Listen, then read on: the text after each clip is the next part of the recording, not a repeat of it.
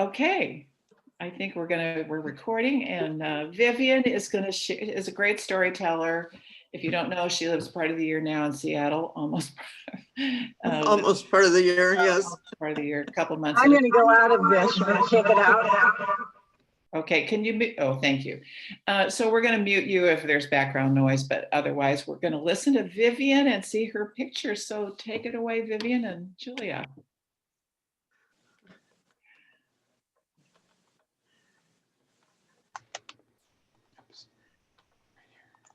Good morning, everyone. How nice to see your faces. That's the most exciting part today for me. This is going to be a little presentation on what the mangers that Chuck and I have collected over the years. I've always had a deep love of the Christmas story and the manger. And as I went through everything, I began to learn how much the manger means to everyone who's a Christian. And it's like an iconic understanding of the whole story of Christmas, which leads us to the love of God and the way that God loves us in presenting us with this beautiful incarnation that he presented to us with the whole Christmas story. So next slide. So this is a Fontanini manger that we started collecting when we were first married in 1975. Fontanini is the most prevalent Italian manger presenter, and Italians for the most part decorate more with the Christmas story than they do probably now, more so with the lights and everything. But traditionally, the Italians have used the manger and the manger story as their Christmas decorations. So Emanuele Fontanini started his life as an apprentice figurine painter. And after he had done that and more or less finished his apprenticeship, he started his own factory way back in 1908. So in the town of Bagni di Lucca, which is in Tuscany. And he specialized in nativities. And in our family, this nativity started to go up right as soon as Advent started. And the figures were just coming to the manger as the story went on. And my children every day when they came home from school played with it. And the figures are resin, so there was no worry about them breaking it. And every day the placement of the figures changed. Slide, Julia. Oh, next slide. There it is again. Thank you. And the next slide, please.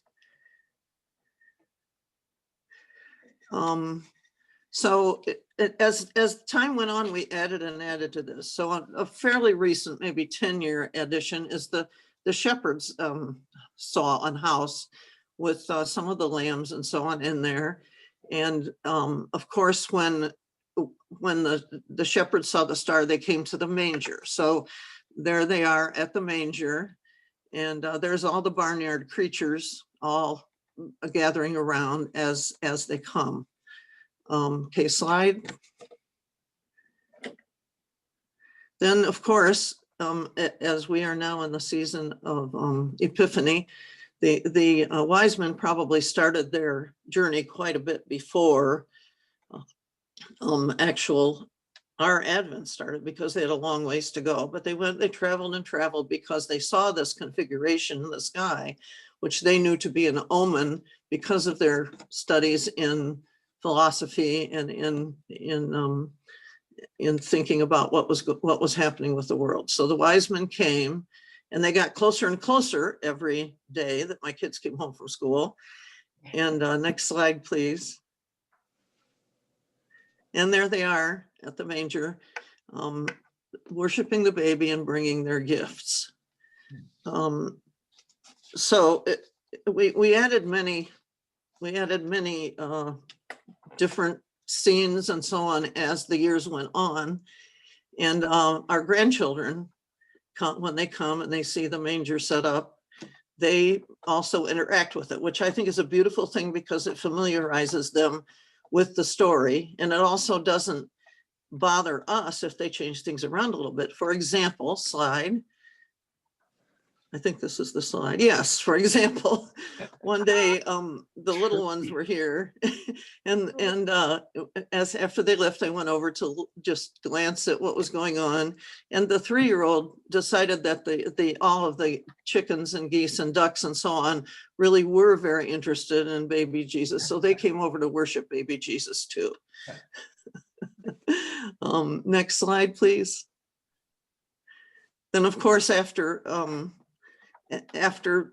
Epiphany, after the presentation at the temple, Mary and Joseph had to flee to Egypt because Herod was about to slaughter all the infant baby boys. So Mary and Joseph and Jesus became refugees, which I think is very important for us to remember, because when they became refugees in Egypt, and obviously had to have the help of the people around them even to survive, because they were not wealthy people. So they went to Egypt and they were refugees. And so when we hear of refugees, I think we should remember that Jesus, Mary, and Joseph were also refugees. And so this is our sort of our final presentation after Epiphany, is to put out the flight into Egypt figurines. Next slide, please. So I don't know how much you know about M.I. Hummel. I think maybe some of you actually collect or have some Hummels in your etagères or on your collection or whatever. They're very special figurines. And now they're very collectible, and people that collect things want them and pay tons of money for certain ones, the oldest ones, and if they're signed and if they're in the original boxes. But actually M.I. Hummel was Sister Maria Innocentia of the Order of St. Francis. And she started to sketch. Most of her art was sketch art. That was part of her kind of her charism. And so she mostly sketched little children's scenes dressed in German outfits, of course, because she was German. And at some point, Franz Goebel began to be very interested, because her art began to sort of become a folk collection around Germany at the time. So Franz Goebel made an agreement with the Hummel family and began to make these pictures, design them into porcelain figurines. So now we have hundreds and hundreds of Hummel figurines that people love to collect. And what we added to our collection from up in Frankenmuth, when I'm sure you all love to go up there to Bronner's, was a creche called the Children's Christmas Pageant, which should live in our hearts in St. Michael's. And can we look at the next slide, please? This is just a little addendum, which is a little Hummel Manger figurine that it just happened to come along with when we acquired the Hummels. Next slide, please. And these are the little shepherd boys that are playing their instruments when they came to the manger. They're just such precious little children, and very indicative of the kinds of sketches that Mary Innocentia made, which started out the whole Hummel sort of explosion. Next slide, please. So this is the Children's Christmas Pageant. So as you see, all the people are children, just like we have in our own Christmas pageant. And the kings are there. And the little angel it's a little child angel, is up on the top of the creche, and the animals are there.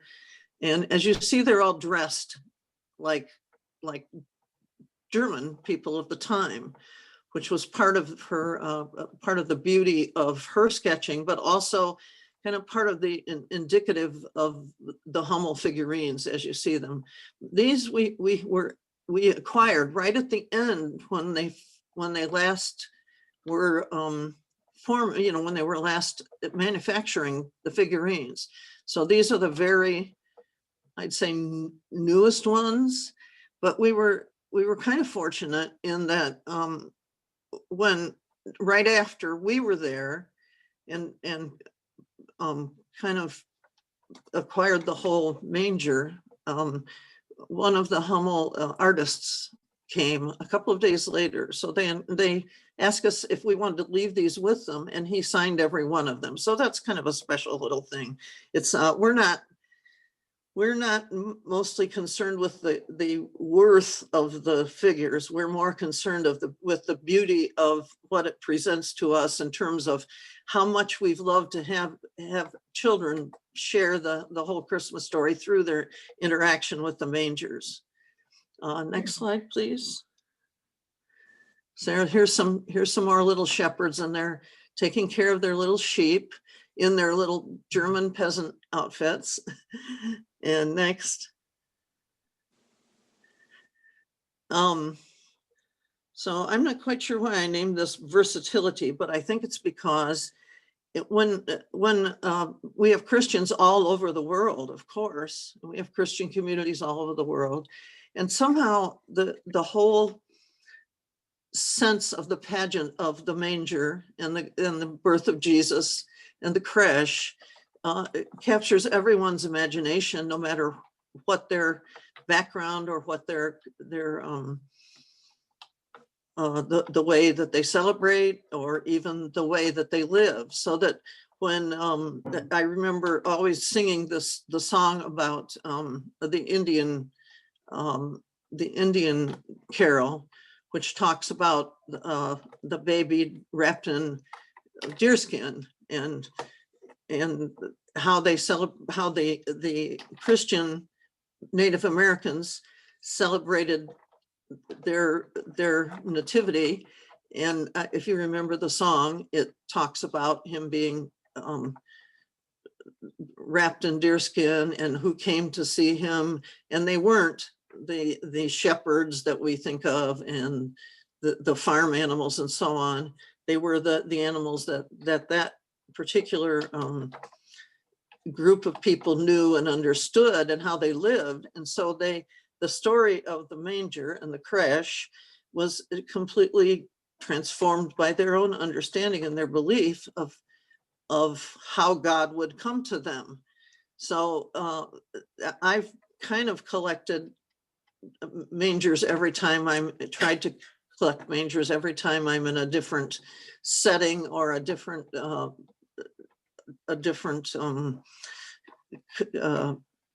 I'm sorry, my words are not working too well, but you understand. So I'm just going to show you a few of the little mangers I've collected over the years when I'm somewhere that would think of the manger as part of their own culture, their own understanding.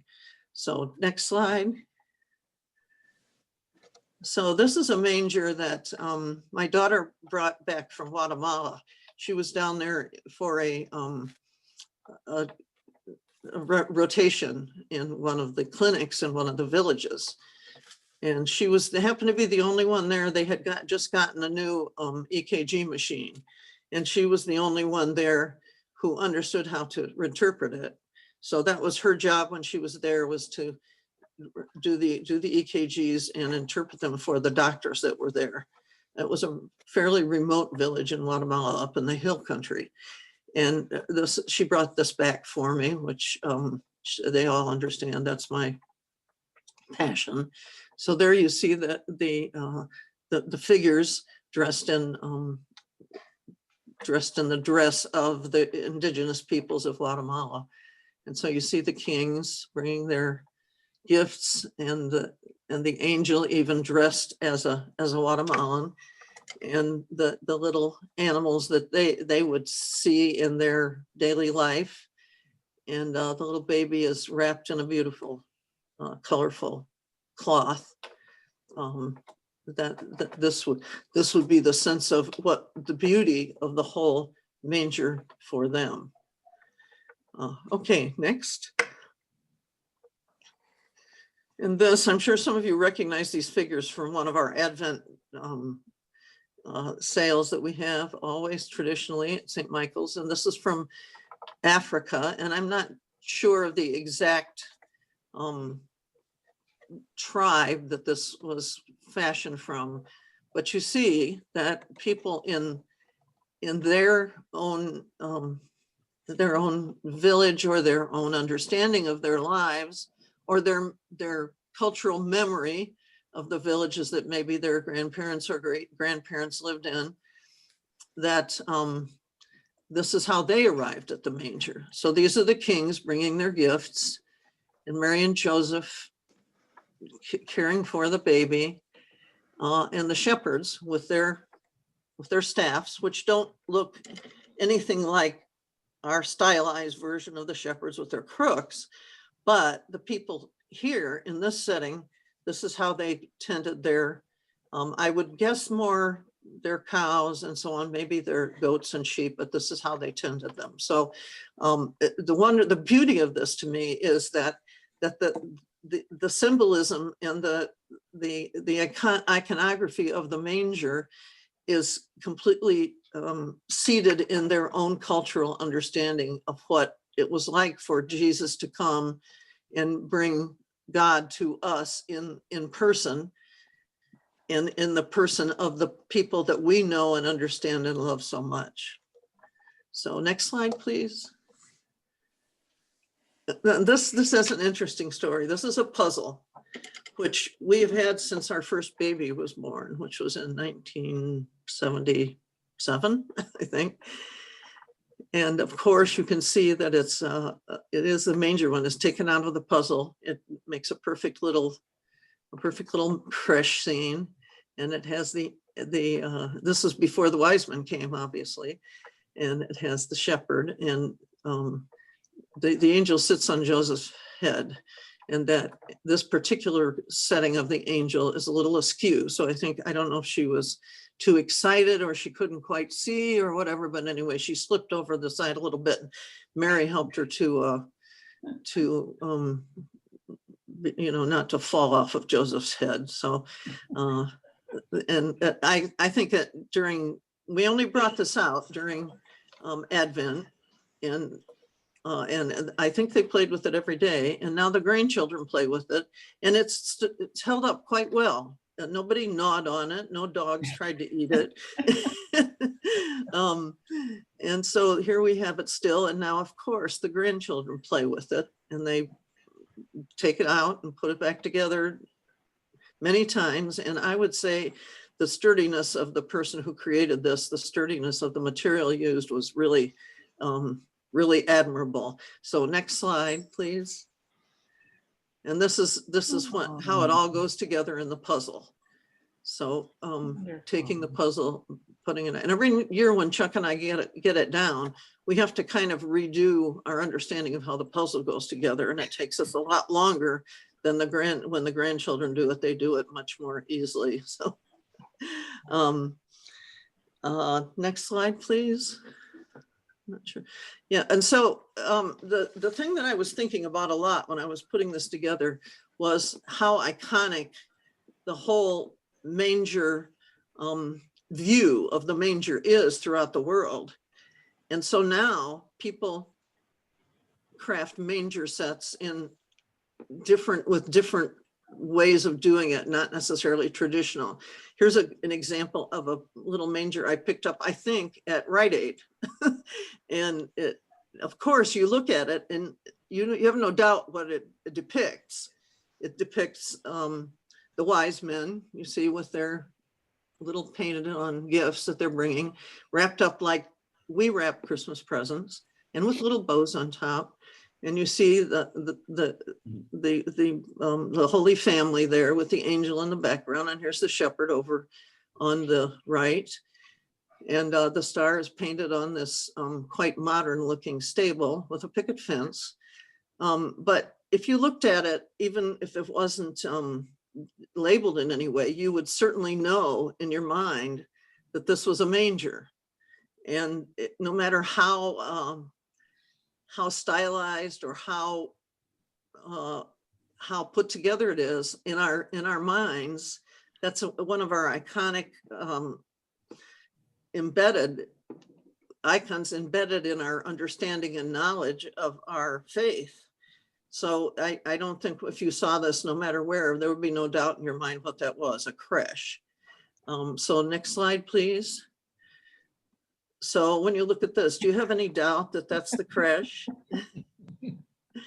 So someone obviously very recently was thinking about what we've been going through as a country, as a society with the pandemic.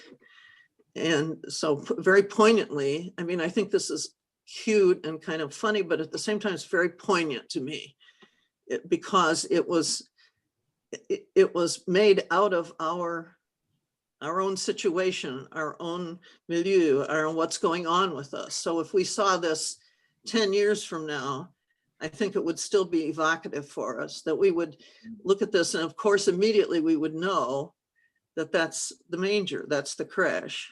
At least I believe we would. And being made out of the materials that we've been interacting with, and that all of our health workers and our people that have served in the hospital and saved lives and cared for our dying loved ones have interacted with every single day. I think the poignance of the fact that someone took these materials and made them into a representation and an icon of the fact that the love of God, the presence of the Spirit, and the gift of the manger is still among us, even through all of these terribly trying times that we are in. So that's kind of what I wanted to show you. And if you have anything you want to talk about or discuss, please feel free. Oh, thank you. Thank you, Vivian. Thank you. That was so wonderful. Interesting. Oh, It was nice, Vivian. Thanks. I was most interested in your Italian creche because I have one from the 30s, and baby Jesus had been picked up so much that there's no painting left on him. Of course. And that's the way it should be, of course, because whoever was picking baby Jesus up was interacting with the whole idea of God coming into our presence and giving us our love in the form of a baby. Yes, and that was a good point, to have your children and grandchildren continue to interact with the creche. when you were telling me about these thoughts, Vivian, I remembered having received as a Secret Santa gift when I lived in a college dorm, every single day, a little tiny figure made out of pipe cleaners and Kleenexes and yarn or something that was from the manger. And I immediately remembered the girl that did that, who was my Secret Santa. Maybe this went on for a week or 10 days. But anyway, it was just like, and I'm kind of also like, where is that thing? Like, I wish I had it to this day. Yeah. And I can remember as a little girl, we had a creche set, and every day of Advent, we would be allowed to pick a figure and add it. But of course, Jesus had to be the very last one. But. Of course.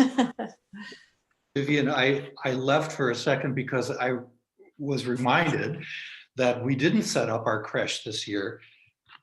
As I grew up, this was our creche, and it's a cardboard cutout, printed thing, with tab A going into slot B, and characters and scene pieces sort of popped in here. And once I was in a resale shop in Toledo. I mean, of course, this goes back to childhood.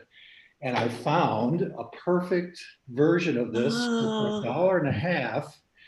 We have this very traditional creche scene. And even as a child, my brothers and I, we considered ourselves very woke, and were offended that here it says, insert colored wise man. We were isn't that outraged interesting? as children in central Wisconsin. But Oh my. and then one other feature that we always thought was so cool, this was meant to be set up under your Christmas tree. So the top of the manger had a hole in it, and you could string your Christmas lights so that one would dangle down here and light the whole scene. Oh, Wow. I guess I have to set it up now, don't I? And your childhood one, how long did it survive? Oh, forever. Yeah, forever. I mean, we put it up at the beginning of Advent and then added characters and, kept it up through Epiphany. Cool. We had two, my mom has two, and one of them is a traditional wooden, it's all kind of together in the manger, like it's all one piece. But then she made a needlepoint one, and each figure is individual and it's needlepoint, and she made it, stuffed it in such a way that they can all stand up. But our biggest issue was every morning when we woke up, the figures would be all over the house because our cats enjoyed worshiping and understanding the story of the Nativity, and they loved those little figures. So you never know whatever substance it's made out of. They liked. that reminds me of a wonderful children's book, Christmas book called Mortimer's Manger. And Mortimer is a mouse and he's looking for a house. And the family sets up this perfectly wonderful sized house for him. And he thinks it's his, but he keeps moving these people out of the way. And anyway, it's really, I love it. Mortimer's house. I love it. Mortimer's Manger. And it's beautiful. Well, I just love this, Vivian. Thank you so much. Really fun. Thoughtful narration. Oh, it's an excellent and presentation. really. Oh, well, Nancy Hughes joined us. Hi, Nancy. Hi, Nancy. Hi. And I Good. wanted to say too, Vivian, how much I appreciate the emphasis on the ones that are accessible to children and giving them that chance to interact. I had the pleasure of growing up in a house where that was not an option. Oh. I know. Playing with the manger was not an option. The hands were not to encounter it. Because your reflection on that and Jim's made me think of godly play and how important that is in terms of children's worship and that helps them internalize being able to handle sacred things, being able to handle them, play with them. And that's such an integral part of their formation. And I would argue it's an integral part of our formation too. So yeah, thank you. Thank you. Mhm. I believe so, absolutely. That the story of Christmas, in my experience, has rooted itself deeply in my heart, in my faith, because of the fact that we can all relate to, most of us can relate to the birth of a child and the difficulty and the stress, and the idea that Mary would be birthing this child and trying to take care of it in a manger where we had hospitals and people waiting on us, and maybe our parents helping taking care of us when we are there. But Mary and Joseph, through their understanding and faith of what had happened to them, persevered and became refugees, which I think is a very important part of the story. Absolutely.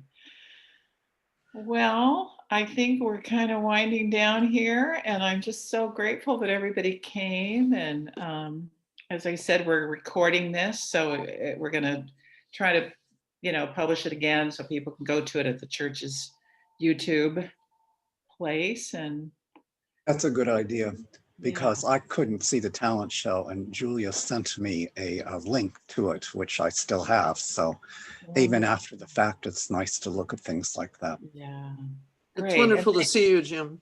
Yeah. You too, Vivian. Jim was here last time and he couldn't hear, and I'm glad that got solved. They did get straightened out. I was on a Zoom call yesterday that kind of had a hard time getting started, and it normally worked great, so I'm glad it worked really well today. It happens. Me too. Thank you, Julia. Thank you again. Actually, it's funny. I sent an email to Steve because Steve had helped put the the photos, the presentation together, but he is an I person and Vivian is an I person. I am a PC person and I don't have a lot of experience with the Mac products. And so Steve graciously sent it in 3 different formats and really made it easy. Thank you, Steve.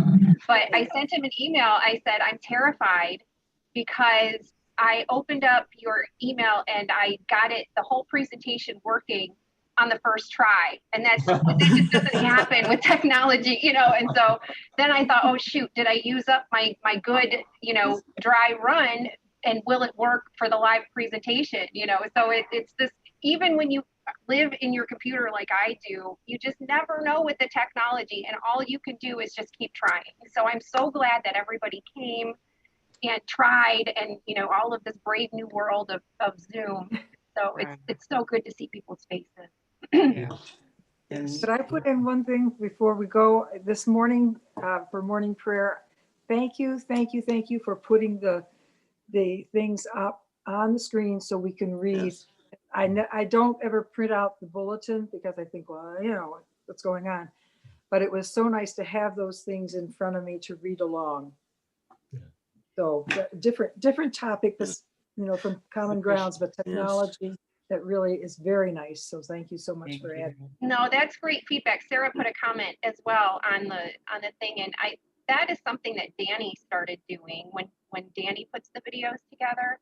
And I think he showed Justin how to do it. So I'll make sure that Justin and Danny both know how much that's appreciated, and we'll keep doing it.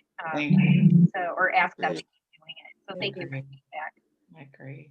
Another little tip is that you can actually just reopen the St. Michael's website, and you can have multiple tabs open. So if you click on something, have that open, click on, let's say, the bulletin, then the lectionary separately, have that tab open. You can go back and forth if you want to, and keep the live thing open. My level of technology is very low, so I think we'll probably eliminate both of them. I think you're in good Make company. it simple, right? Make it easy. Make it easy. Okay. And I want to say, I just want to add my appreciation to both Julia and to Sarah, because Sarah is the one who is putting this together and encouraging people to meet together with this virtual common grounds. And she worked so hard on it.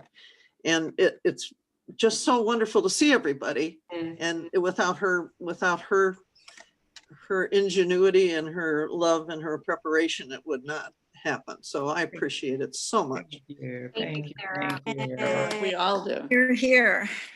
Definitely worth doing, and I'm so glad we're doing it. And we have the 24th, and Foster and I are working on something for February, so hopefully there will be more. And you know, it seems, you know, it's just wonderful, and everybody's kind of accepting. You know, the other day Julia said, when we did a little practice, and Julia told Vivian, it's kind of just like we're in the fellowship hall, you know. And there's an element to that which I really appreciate. So, okay, everybody, have a wonderful day, and Come back for the annual See meeting you. next week. Annual Come meeting back. at 10 a.m. Please come. We need back. your voice. Definitely. All right. Goodbye. Thank you, everybody. Bye-bye. Bye.